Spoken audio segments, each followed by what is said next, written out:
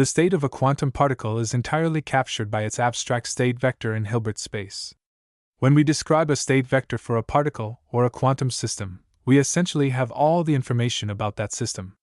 However, as discussed in my recent video on the mathematical structure of quantum mechanics, it's impossible to know every detail about a quantum system simultaneously. This limitation comes with the uncertainty principle, which is mathematically represented by the commutator. If the commutator between two physical properties doesn't equal zero, knowing one of them fully conceals the other. Hence, this quantum state is actually a prepared state. We've already applied a complete set of mutually commuting operators, those that share the same Hilbert space and eigenstates, and through this process, we gain a complete knowledge of the physical quantities described by this set of operators. An example of such a set is the operators of the electron in the hydrogen atom. We'll neglect spin here. They are the Hamilton operator, the energy operator, the total vector of the orbital angular momentum. It contains the three operators for each angular momentum component, and one of these operators. These form a complete set of commuting operators, because they share the same Hilbert space, and the basis of this space are eigenvectors for each of the three operators simultaneously. Each eigenstate of these perfectly defines the state of the system, here the electron in the atom, with respect to these physical quantities. It is denoted as, where E is the value for energy, L the eigenvalue for the orbital angular momentum, and m is its eigenvalue measured on the z-axis. So, we see that to know the state of the system regarding certain physical quantities, the system must be prepared in a pure state for these operators. In practice, this is very unrealistic and difficult to achieve. Imagine, for example, that we're dealing with a system of some number of particles, not only a single one. Or we have a set of subsystems each prepared in some quantum state.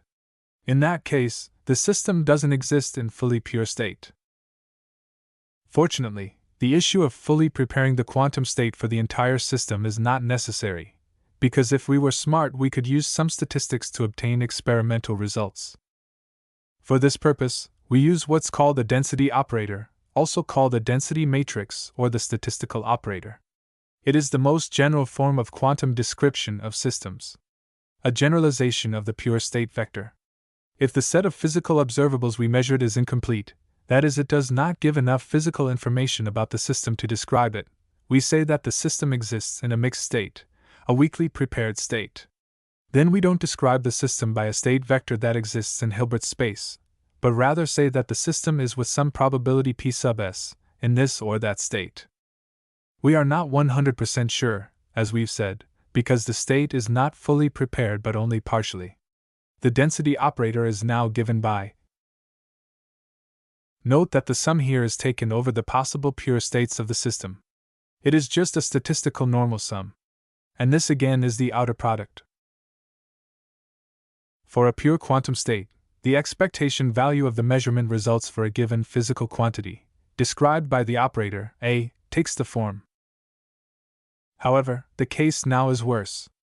Not only does the probabilistic nature of quantum mechanics requires us to calculate the expectation value, but also the fact that the description of our system is not a complete one but only statistical, and our knowledge of its state is only limited to these p sub s. For this reason, the expectation value of the results of operator A will be. This here is the good old expectation value of the operator. And this is the statistical average resulting from our incomplete knowledge of the state of the system. Do you know how to calculate the quantum expectation value? We insert the identity operator, which we learned about in the video The Mathematical Structure of Quantum Mechanics, in order to represent the state vectors in some space. We get. Notice that here it might also be an integration if the space were continuous. We could make some rearrangement to get where these are the wave functions, or the representation of abstract quantum states in some measurement space. And these here in the middle are the matrix elements of the operator in that space. The quantum expectation value targets the wave functions directly, and thus leads to an interference between these pure states. This kind of an expectation value cannot be removed, while the statistical one could actually be removed, at least partially, by appropriate additional measurements, because it does not target the quantum states, but rather the quantum expectation values, so there is only a small to none interference between the pure states psi sub s. Do you know how to write a pure quantum state in form of a density operator? It's straightforward. The pure state contains the maximum amount of information that physically identifies the system, for one or many observables. But not only that, we really know that the system is in that state. Hence, if this state is psi sub m, then the corresponding probability is equal to 1. So, we see how the statistical sum collapsed once we knew the whole state of the system, turning into the projection operator. If we go back to the overall expectation value and insert in it the identity operator for some basis. This here only depends on n, and not on s, so we take it out of the s sum. Do you know what is this? Right. It's the operator representation in the inserted basis. The expression forms a sum only on the elements of the main diagonal of the total matrix.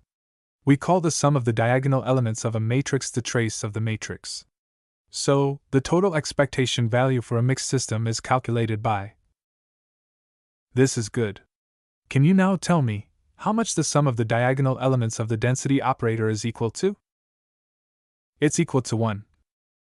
The sum of the total probability. However, here's the important issue that distinguishes between the pure state and the mixed state.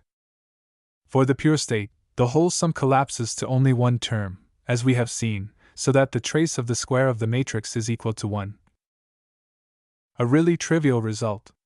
But in the mixed case, all of these different probabilities are less than 1, and the trace of the square is also less than 1. This decides whether we have a pure or a mixed state. Quantum superposition is a coherent linear combination of pure quantum states, while the density operator, mixed state, is an incoherent combination of pure quantum states. If we take this example of a density matrix, the trace of the square is equal to 1, then it's a pure state. And also, the product of the diagonal elements is equal to the product of the off-diagonal elements, so of course the state here is maximally coherent, as we would expect. Take this example now. The trace of the square is not equal to 1, it is a mixed state. But the off-diagonal elements are not 0, so there is a degree of coherence between the states. Therefore, the system is partially mixed. In the last example, the trace of the square is also not equal to 1, and the off-diagonal elements are all 0. There is no kind of coherence between the states, and the system is in a totally mixed state. In the next video, I'm going to use this density matrix to investigate a very beautiful topic in quantum mechanics. Don't forget to follow the channel. Thanks for watching.